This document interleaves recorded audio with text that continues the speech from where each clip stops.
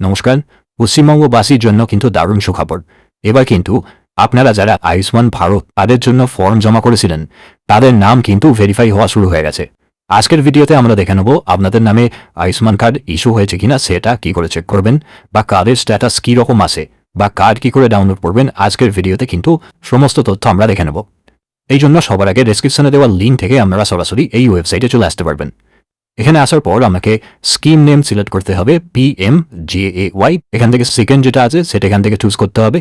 তারপর আমরা স্টেট যেটা আছে, মানে এটা ওয়েস্ট বেঙ্গল, এটাই চুজ করব, কারণ ওয়েস্ট বেঙ্গলের জন্য এটা হচ্ছে সাব স্কিম PMJAY, এটাই সিলেক্ট থাকবে। তারপর আছে ডিস্ট্রিক্ট, এখান থেকে আপনার জেলা সিলেক্ট করে নেবেন, আপনার যে জেলা আছে। আমি আপাতত এটা সিলেক্ট করে নিচ্ছি। তারপর সার্চ বাই, এখান থেকে বিভিন্ন অপশন আছে। আমি আপাতত আমার আধার নাম্বারের মাধ্যমে সার্চ করার চেষ্টা করব। আপনাদের কাছে যদি আধার না থাকে তাহলে রেশন কার্ড নাম্বার দিয়েও সার্চ করতে পারেন।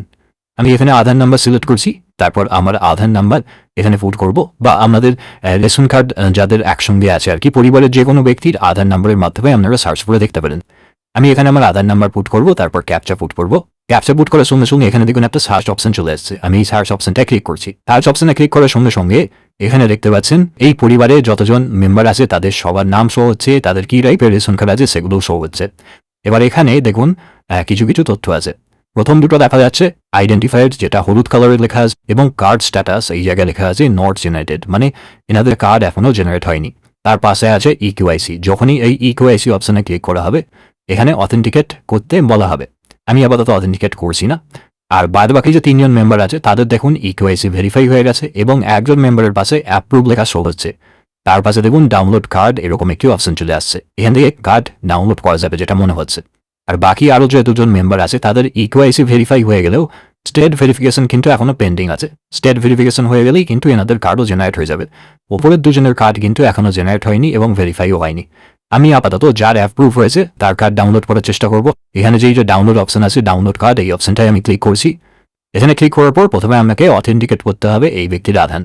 এখানে আমি ভেরিফাই অপশনটাই প্রথমে ক্লিক করব। তারপর এখানে একটি কনসেন্ট আসছে যেখানে বলা হচ্ছে আপনাকে আপনার আভা কার্ড আগে ক্রিয়েট করতে হবে, এবং সেই আভা কার্ডটিকে PMJAY আইডির সাথে লিঙ্ক করতে হবে।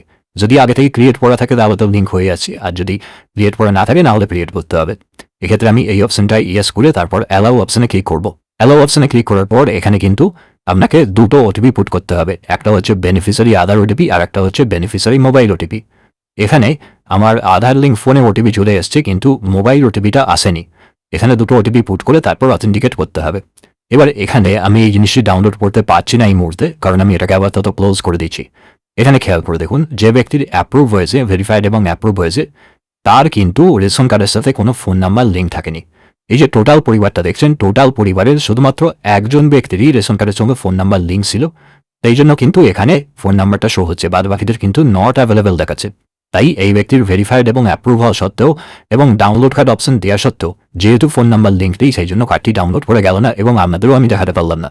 কিন্তু আমি এই ভিডিও করাকালেরই রেশন কার্ডের সঙ্গে ফোন নাম্বার ইমিডিয়েট লিঙ্ক করলাম, এবং ওটা সঙ্গে সঙ্গে লিঙ্ক হয়েও গেল। কিন্তু তা সত্ত্বেও এই পোর্টালে কিন্তু সেটা আপডেট হলো না। তার মানে বোঝা যাচ্ছে এগুলো আগে থেকেই অলরেডি শো হচ্ছে। তাই রেশন কার্ডে ফোন নাম্বার যদি আগে থেকে লিঙ্ক থাকতো পড়া, তাহলে কিন্তু এখানে ফোন নাম্বারটা শো হতো, যেটা এই ব্যক্তির ক্ষেত্রে শো হচ্ছে। তাহলে কিন্তু কার্ডটা এখানে খুব সহজেই ডাউনলোড হয়ে যেত। এটা তো অসুবিধা নেই। বাদ বাকি মেম্বারদের এখনো স্টেট ভেরিফিকেশন পেন্ডিং আছে। যখন এই পেন্ডিংটা কেটে গিয়ে অ্যাপ্রুভ হয়ে যাবে তখনই কিন্তু আমি কার্ড ডাউনলোড করে দেখিয়ে দেবো। আপনাদেরও যাদের আয়ুষ্মান ভারত প্রকল্পের ফর্ম এসেছিল বাড়িতে এবং আপনারা যারা জমা দিয়েছেন, অবশ্যই আপনারা আধারের মাধ্যমে স্ট্যাটাস চেক করে একবার দেখুন আপনাদের কার্ডের স্ট্যাটাস কি আছে, অ্যাপ্রুভ হলো না ভেরিফাইড হলো, কি অবস্থায় আছে অবশ্যই কমেন্ট করবেন। আর যাদের কার্ড ডাউনলোড হচ্ছে তারাও কিন্তু অবশ্যই জানাবেন। এই কাজটিও কিন্তু খুব তাড়াতাড়ি হলো, অফলাইনে ফর্ম জমা করে এত তাড়াতাড়ি কাজ হবে এটাও কিন্তু আমরা আশা করিনি। আজকের ভিডিও এখানেই শেষ করছি। ভিডিও যদি ভালো লেগে থাকে অবশ্যই একটি লাইক করবেন। ভিডিও দেখার জন্য অসংখ্য ধন্যবাদ। ভালো থাকবেন।